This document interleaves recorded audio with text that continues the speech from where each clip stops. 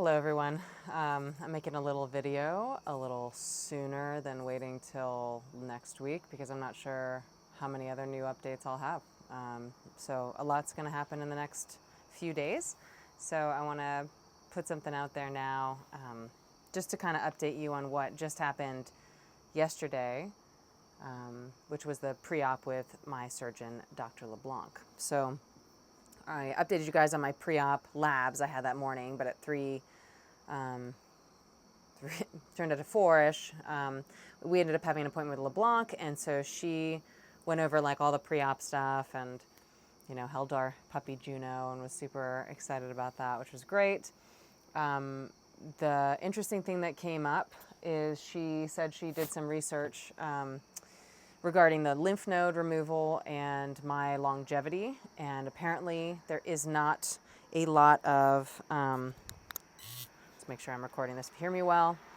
There is not a lot of research on this as far as how many lymph nodes, you know, to actually take to actually create a better chance for longevity. So there's really no research, which means there's really no grounding to say taking a large amount of them is going to fare better for the patient. That's not the research, which I know because I came across that, but a lot of surgeons don't know.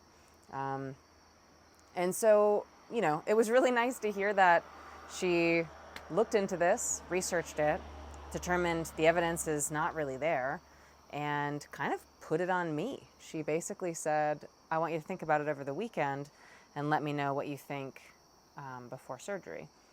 So I'm going to put it in writing. I know exactly how I feel. I would choose to take out the most scarred over lymph nodes that look a little wonky if she's able to follow like her gut feeling and have something that doesn't look super normal, take it out. But if the other lymph nodes look fine, other than I would of course love her to take the time to test a few, but I kind of think of lymph nodes as like little jail cells. So they catch things floating around in your plasma essentially for your blood, right? And so it's pulling out and cleaning it out. It's like the Brita filters of the blood.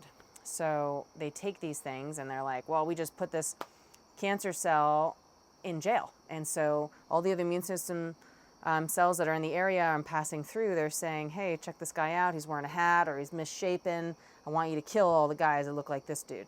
And so it puts your immune system out searching. So it's really when the tumor burden has gotten so big or it's able to bust out in that big flux, it's just too many cancer cells to catch. So that's when they travel other places because it's just, again, it's like an army taking over small little stations, and that's when it goes to other areas of the body. So I believe the scar tissue in the lymph node could be problematic because that might set up little areas, little pockets where those cancer cells or cancer stem cells could even reside and then become more active again at some point. So those I think need to come out, but the ones that look more normal and are able to do their job okay, like I'd rather leave those.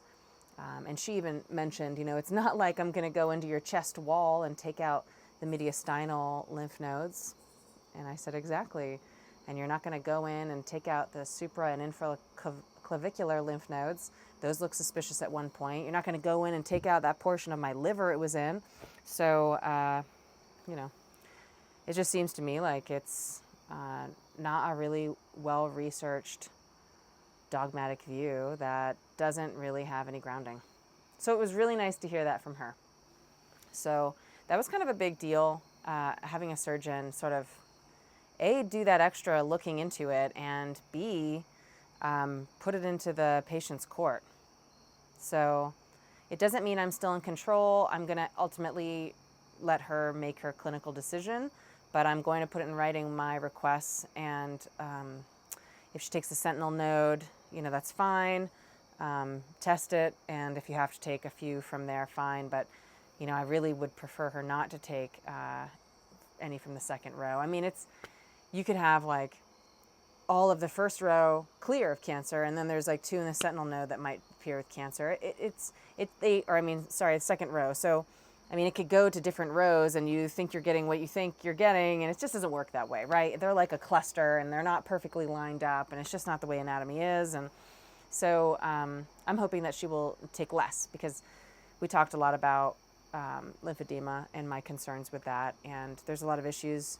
You know, if I ended up doing radiation, lymphedema can happen, which I'm still leaning on no on the radiation. I'd really prefer to do HBOT and a lot of other protocols before I want to do radiation, only because it is on my left side. It really does a pretty gnarly thing to the tissue that it hits. And, you know, you don't really notice it the first, 10 times. And then by the time the fibrosis is actually started, it's not the kind of fibrosis that you can clear. It's not an easy thing to clear. I have seen it in cadavers when I've worked on bodies. I've worked on that kind of tissue on patients. The tissue becomes very different. So if you're out there and you've had radiation, you know, it's not a pretty thing. It's fast. It seems good, but, you know, radiation can cause other cancers too. I'm not saying it's a bad idea for some people. I think it could be great for some people.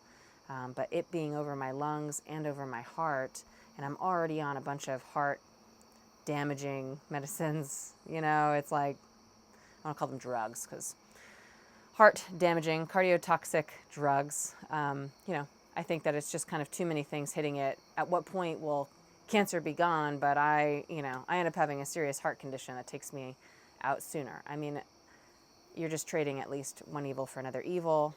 So I'm not sure how I feel about that, but it was really cool for her to bring that up. So I wanted to share that. And then I just had an appointment with Dr. T in Marshall. I love her. She's great.